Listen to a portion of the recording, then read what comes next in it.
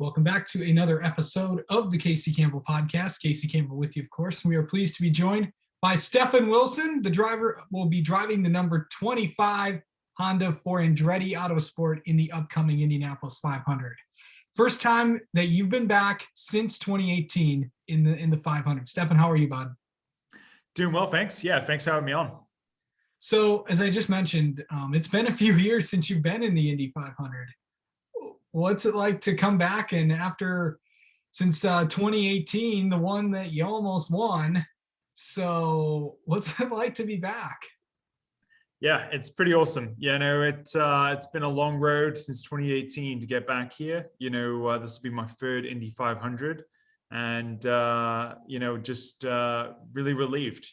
Because leaving 2018 after leading laps, the goal was, okay, how do we get back here? And we worked so hard over that whole year, just pushed as hard as we could possibly push to make it back here in 2019. And at the last minute, kind of the rug got pulled out. We didn't end up getting to make that return, and it really started to look,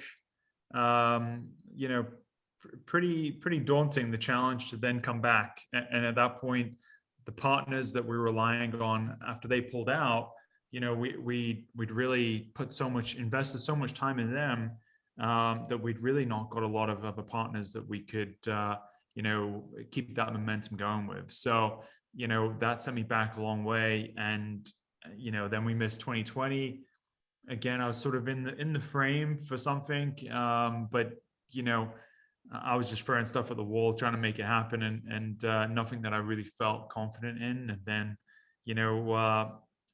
so at that point again, you're just like, man, is this going to happen again?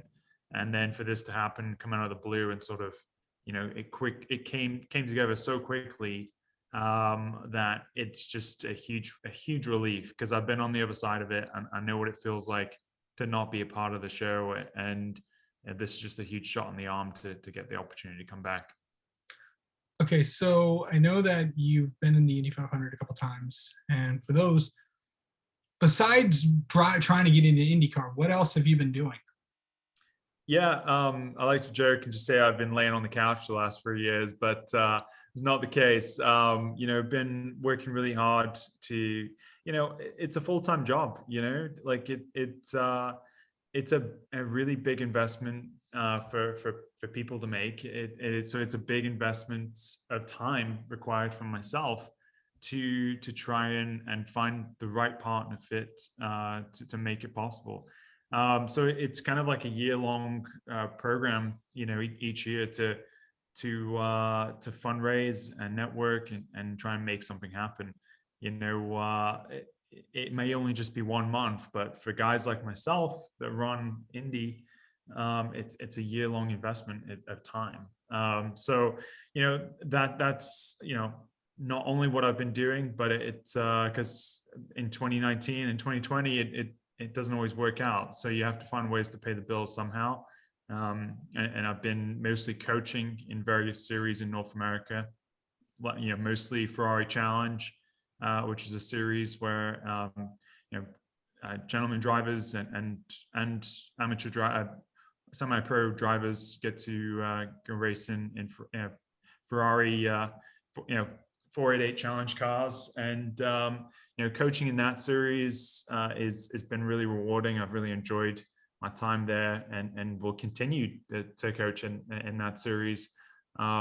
It's like I said, it's rewarding, and it helps me pay the bills and allows me the time in between those weekends that I'm coaching to invest time to try and run Indy.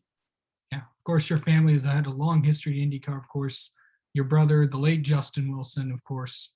How important is it to carry on your family's name? For sure. Something that is definitely on my mind. This was not just a goal for myself, but it was a goal that Justin was chasing too, was to try and win the Indy 500. And with everything that Justin was able to achieve in his career, I think that was probably one of the only things left for him to tick the box on. He'd come close a couple of times. He's led laps before, In 2013, he was really strong towards the end of the race, ended up coming fifth. And I think it was in 2010, I think it was 2010, he was chasing down it was 2011. He was chasing down, Dan, who won that. No, 2011, Dan won. Yeah, Must have been 2011 Dan 2010. won. 2010 when Franchitti. Franchitti, yes, it was 2010. So 2010, he was chasing down Franchitti when Conway had his accident and brought out the yellow. And that year, actually, he was in a really good place to capitalize and potentially win that year. So it's something that he was chasing. It's something that that was left on his to-do list. And for me, it feels like Mount Everest, and you want to reach that summit, and I want to reach it for him as well as I do for myself. And I think I've said this multiple times. Like everything I've been through and the challenges that I've faced, the amount of times I've been knocked onto the mat and had to get myself up. If it was just about me and wanting to win this for myself, I may not have had the strength to get back up. But when it's also for Justin as well, it has given me a lot of strength and courage to keep fighting. So this is, I know that you're with the same team that you drove for in 2018, of course, in Andretti Autosport. And that, they got 6 chances to go out in there and win. Of course, the 4 regular drivers plus, Marco's going to be running during a one-off race. What's it going to be like to have 5 teammates, to bounce off with?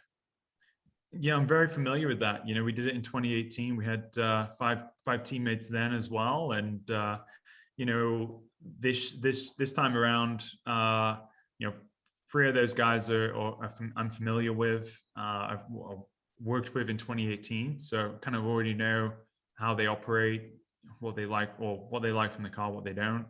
And James, I've known him since I first moved to the States.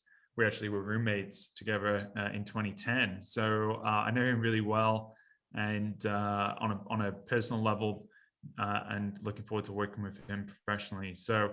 And then Colton obviously is a really strong driver, and looking forward to being able to see his data as well. So I think it's really nice because we can all work constructively and still be working for ourselves. So we're all trying to just raise the whole bar across the team, and I think that's what Andretti Autosport does really well. We've got six drivers, 6 engineers, and 6 sets of data that we're able to work off of, and hopefully develop the car over the course of the week as we lead into qualifying and then the race weekend.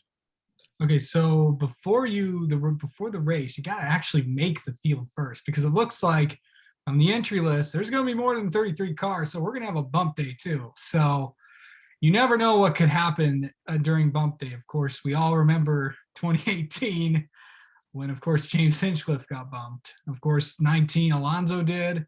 You never know what could happen on that day. What's it going to take to get through that? Yep, you hit the nail on the head. I think while definitely it feels nice to have a program, I think realistically, I'm not going to feel in my mind that comfortable that this is really, really happening until that night of qualifying, when it's legit, like I'm in the show, because anything can happen. It's shown that multiple times now. You've already mentioned it, Hinch getting bumped in 2018, Alonso in 2019, and those were cars that you wouldn't have necessarily picked at the start of the month. So that's always kind of I'm kind of aware of that, and I think it's good to kind of always be aware of that you've got to it's still going to be a fight, even though we've got a program here. We've got to really work for it still, and fight for every 1/10 of a mile an hour we can get. So I think for me, it's just going to be focusing on the things I can control, and not letting that sort of affect my my mental space as I'm driving in the month. Not get that distract me from the important things of working with my engineer and making good decisions on what steps to take and what risks to take and not to take. Yeah. Yeah, of course. It's definitely going to be one of the most interesting things that happen. But Stefan Wilson, thank you so much for coming on. Good luck in the Indy 500 in a few weeks, and we'll hopefully we'll see that 25 car in the field. Thanks, Casey.